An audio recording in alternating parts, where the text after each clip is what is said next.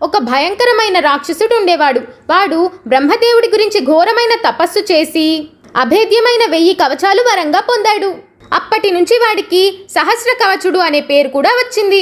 అలాంటి వరం పొందాక ఎవరైనా ఊరుకుంటారా? అదీను వాడు భయంకరమైన రాక్షసుడు. ఇంకా సహస్ర కవచుడు వరగర్వంతో అన్ని లోకాలను నానా హింసలకు గురి చేస్తూ ఆనందంగా ఫీల్ అయ్యేవాడు. వాడి హింస భరించలేక సకల ప్రాణకోటి మన హీరో అయిన విష్ణుమూర్తిని శరణు వేడారు. అప్పుడు విష్ణుమూర్తి, భయపడకండి, నేను నరనారాయణ రూపాలలో బదరికావనంలో తపస్సు చేస్తున్నాను. వాడికి అంత్యకాలం సమీపించినప్పుడు వాడే నా దగ్గరకు వస్తాడు. అప్పుడు నేను వాడిని సంహరిస్తాను అని వారికి ధైర్యం చెప్పి పంపారు. హిరణ్యకశిపుడిని సంహరించిన తర్వాత నరసింహస్వామి 2 రూపాలుగా విడిపోయారు.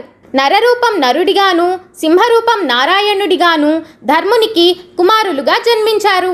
వారే నరనారాయణులు.